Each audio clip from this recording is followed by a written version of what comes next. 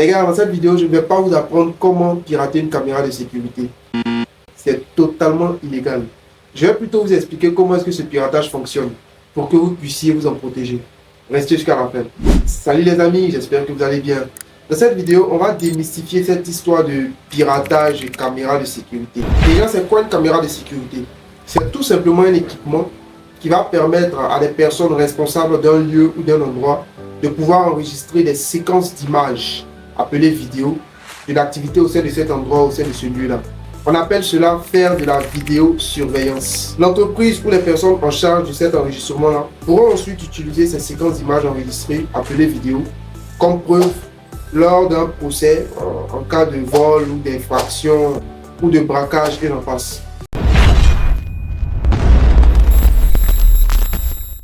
Est-il possible de pirater une caméra de sécurité? Déjà, la réponse est oui. Il est possible et ça arrive très fréquemment que les caméras de sécurité soient piratées. Et quand cela arrive, c'est-à-dire quand une caméra de sécurité est piratée, ça donne la possibilité au hacker, c'est-à-dire au pirate, de pouvoir lui aussi surveiller l'activité au sein de cet endroit en même temps que les propriétaires légitimes de l'endroit. Généralement, l'intérêt derrière ce type de piratage est de mieux connaître l'endroit qu'on observe pour pouvoir avoir des informations clés concernant cet endroit-là. Par exemple, les horaires d'entrée des gens, les horaires de sortie, les horaires de pause. Voilà, vous voyez un peu en fait ce genre d'informations-là. Donc, on observe en fait un endroit pour pouvoir avoir ce type d'informations-là.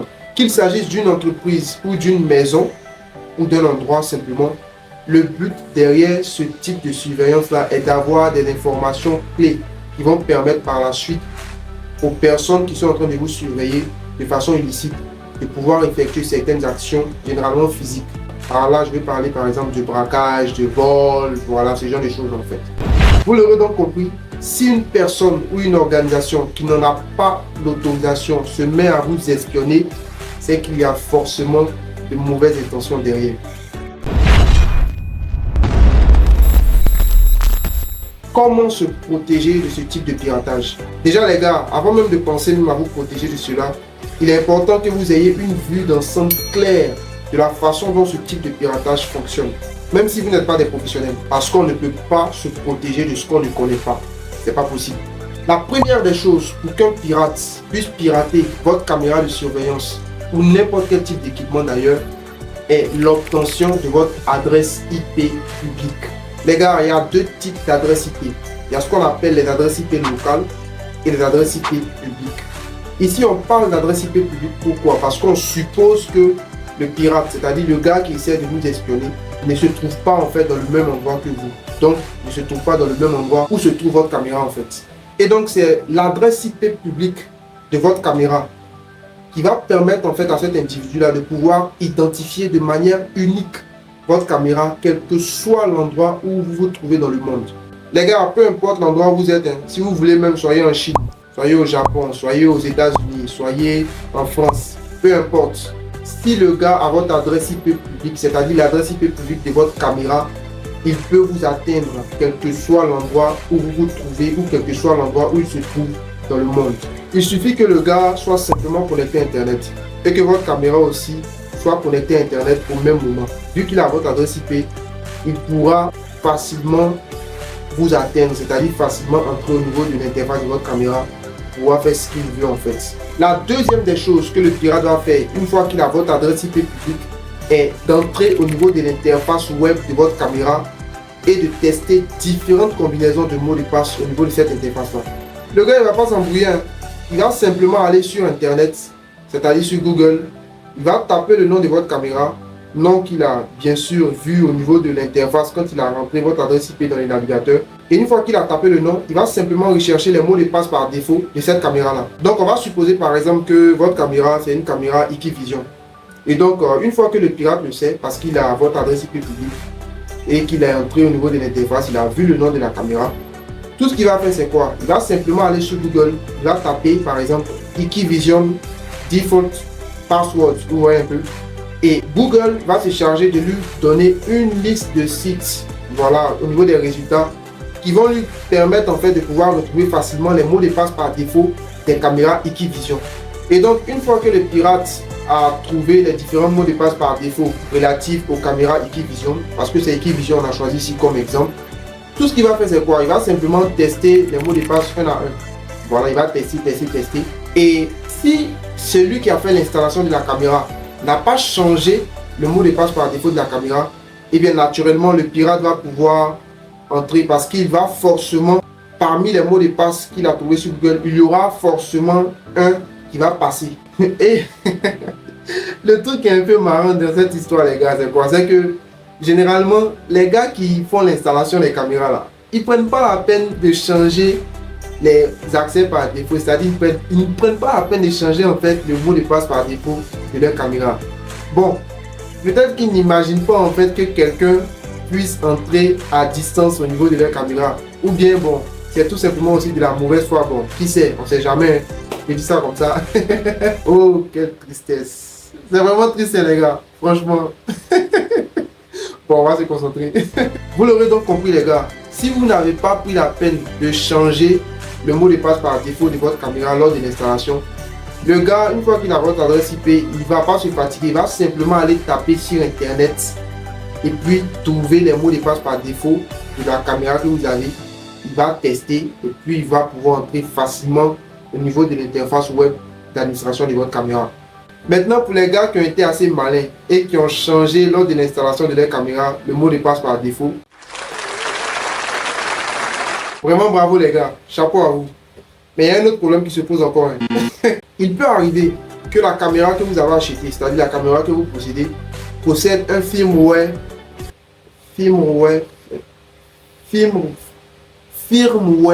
voilà, je pense que j'ai bien dit. Donc les gars, il peut arriver que la caméra que vous avez achetée possède un firmware, c'est-à-dire un système d'exploitation qui soit obsolète, c'est-à-dire dépassé, périmé si vous préférez en fait. Et en matière de technologie, quand un équipement ou un logiciel est obsolète, est périmé, c'est qu'il y a généralement dans 99% des cas une faille ou bien plusieurs failles de sécurité derrière. Vous partez donc acheter une caméra qui est toute nouvelle, toute belle en apparence, mais qui a un système d'exploitation qui est périmé, qui est dépassé. Le système d'exploitation de cette caméra va forcément contenir des vulnérabilités. Puisque les gars, je ne vais pas vous cacher, les fabricants d'équipements, les fabricants de logiciels, quand ils font sortir de nouveaux logiciels, quand ils font sortir de nouveaux appareils, ce n'est pas par plaisir, hein? Non, c'est pas ça. Généralement, quand on fait sortir un nouveau produit, c'est parce qu'on a découvert un problème sur l'ancien produit qu'on avait. Vous voyez? Et par exemple, en matière de système d'exploitation, quand vous voyez qu'on fait sortir un nouveau système, c'est que généralement, il y a eu des problèmes sur l'ancien qu'on utilisait ou l'ancien qu'on utilise. Et donc, le nouveau qu'on a fait sortir là, lui, il a une version corrigée en fait de l'ancien. Il n'a plus en fait le problème que l'ancien avait. Vous voyez un peu.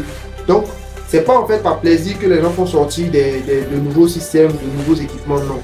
Quand ils font sortir un nouvel équipement, un nouveau système, c'est que généralement sur l'ancien, il y a des problèmes.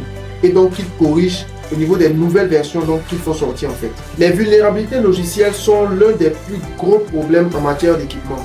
Les gars, même si vous voulez changer votre mot de passe, si l'équipement que vous utilisez contient une vulnérabilité logicielle ou bien une vulnérabilité matérielle, le hacker ne va même pas se fatiguer. Il va simplement essayer d'exploiter cette vulnérabilité-là pour pouvoir entrer au niveau de votre caméra, au niveau de votre équipement. Et pour découvrir ces failles-là, les gars, c'est très facile. Il va simplement effectuer ce qu'on appelle un scan de port ou un scan de vulnérabilité au niveau de votre équipement, au niveau de votre caméra, grâce à l'adresse IP publique qu'il a obtenue. La dernière phase au niveau de ce piratage-là est ce qu'on appelle l'exploitation ou bien l'attaque. Le pirate va tout simplement utiliser ce qu'il a découvert comme problème, c'est-à-dire que ce soit au niveau du mot de passe par défaut que vous avez laissé, ou bien la vulnérabilité logicielle ou matérielle qu'il a découvert au niveau de votre équipement. Et donc, il va passer en fait par ça pour pouvoir entrer au niveau de votre équipement, pour pouvoir contrôler votre caméra, donc pour pouvoir vous espionner. Et là aussi, c'est vraiment très simple. Le gars, il va simplement aller sur Internet, il va taper le nom des vulnérabilités qu'il a découvertes au niveau de votre équipement. Et Google va se charger de lui donner ce qu'on appelle des POC, des preuves de concept, qui sont en fait des codes ou des méthodes d'exploitation en fait de cette vulnérabilité-là. Et donc le gars, il va simplement appliquer ce qu'il voit là-bas sur votre caméra à distance grâce à votre adresse IP. Et une fois qu'il le fait, il a accès à votre caméra, il peut faire ce qu'il veut, il peut vous espionner sans même que vous ne le sachiez. Et s'il applique bien le POC, il aura accès à votre caméra.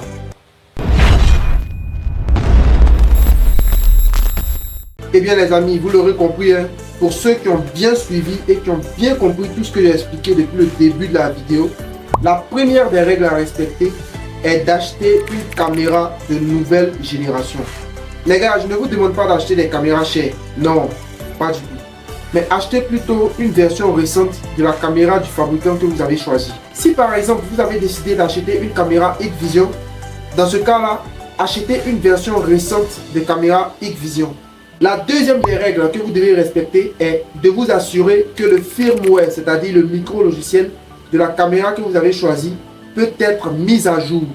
Les gars, si sur cette caméra-là, il n'est pas possible de mettre à jour la version du système d'exploitation, c'est-à-dire du micro-logiciel, du firmware, dans ce cas-là, franchement, je ne vous le conseille pas. Et non seulement vous devez vérifier que le micro-logiciel de cette caméra peut être mis à jour, mais aussi vous devez vous assurer que le micro-logiciel est à jour au moment où vous l'avez pris. Si ce n'est pas le cas, vous devez le mettre impérativement à jour. Et pour faire cette mise à jour là, c'est vraiment facile les gars. Vous pouvez le faire depuis l'interface d'administration de votre caméra. La troisième des choses à prendre en compte est que vous devez modifier immédiatement le mot de passe par défaut de la caméra lors de l'installation. Et à la place du mot de passe par défaut que vous voulez changer, utilisez plutôt un mot de passe fort. C'est-à-dire un mot de passe non seulement qui est un peu long, donc on peut le qualifier de phrase de passe, mais qui contient aussi des caractères spéciaux, des chiffres, des lettres en minuscules ou majuscules. Par exemple, le mot de passe qui s'affiche ici à l'écran est un exemple de mot de passe qui est fort, c'est-à-dire qui est non seulement difficile à deviner, mais aussi difficile à craquer. Je vous conseille aussi de changer très régulièrement ce mot de passe-là. Ça va dépendre de votre politique de sécurité. Vous pouvez le faire chaque 2 jours, chaque 3 jours, chaque 1 semaine. Ça dépend de vous. Mais en tout cas, il est très important de le faire. Là, prochainement, si une personne tierce essaie d'utiliser votre ancien mot de passe pour se connecter à votre caméra, eh bien, naturellement, ça ne va pas passer. La quatrième des choses est que vous devez utiliser un réseau Wi-Fi sécurisé. Là, en fait, je le dis pourquoi. Je le dis en fait au cas où la caméra que vous utilisez n'a pas sa propre adresse IP publique. Donc, utilise l'adresse IP publique du routeur pour pouvoir aller sur Internet. Et donc là, les gars, on va supposer que le pirate n'est pas très loin de chez vous. Il voit votre réseau Wi-Fi. Il a donc la possibilité de se connecter à votre réseau local afin de pouvoir interagir avec votre caméra de sécurité.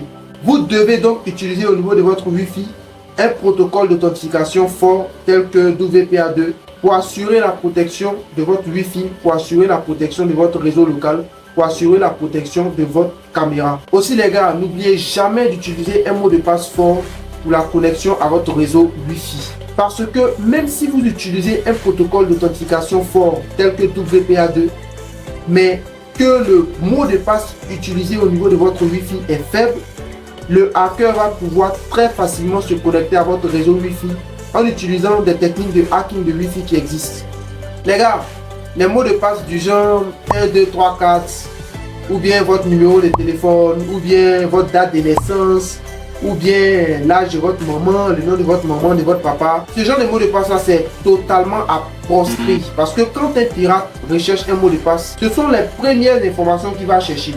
Et donc si c'est ce que vous utilisez pour pouvoir définir comme mot de passe, vous voyez que là, vous êtes carrément cuit. La cinquième des choses est que vous devez désactiver les fonctionnalités inutiles de votre caméra. Et les gars, par fonctionnalité inutile, on veut dire quoi? On veut parler en fait de toutes les fonctionnalités que vous n'utilisez pas vous-même au niveau de la caméra ou qui ne sont pas utilisées de manière indirecte par la caméra elle-même. Donc ces fonctionnalités-là, en fait, vous devez les désactiver toutes. Et le fait de désactiver ces fonctionnalités-là va permettre de réduire les points d'entrée potentiels qu'un pirate pourrait utiliser pour pouvoir pénétrer au niveau de votre caméra. La sixième des choses, les gars, concerne ce qu'on appelle l'authentification à double facteur. Eh bien, ça n'existe pas au niveau de toutes les caméras. Mais si cette fonctionnalité-là existe au niveau de votre caméra, n'hésitez pas à l'utiliser parce que ça va rajouter une deuxième couche de sécurité au niveau de votre équipement. Lorsque le gars va essayer d'entrer au niveau de votre caméra, les gars, ils vont lui demander un code que vous seul avez reçu au niveau de votre téléphone. Ils peuvent aussi, à défaut de vous envoyer un code, vous demander d'autoriser la connexion depuis votre téléphone. Et donc, comme le pirate n'a pas votre téléphone, et bien naturellement, il ne va pas pouvoir continuer ses mauvaises actions. La sixième des choses consiste à surveiller régulièrement les accès à la caméra. Et comment est-ce qu'on peut faire cela? Tout simplement en allant au niveau de l'interface d'administration de la caméra et en recherchant ce qu'on appelle les logs ou journaux d'activité.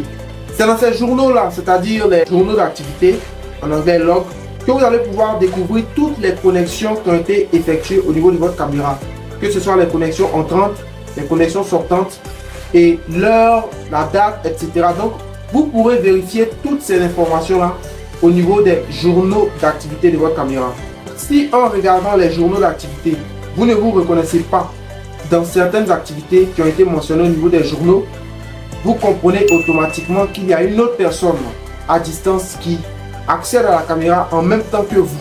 Et bien les amis, j'espère que cette vidéo vous aura plu. Si c'est le cas, n'hésitez pas à lâcher un pouce bleu, à vous abonner à la chaîne et à partager massivement le contenu avec vos amis. C'était Danny Arkwright. N'arrêtez jamais d'apprendre.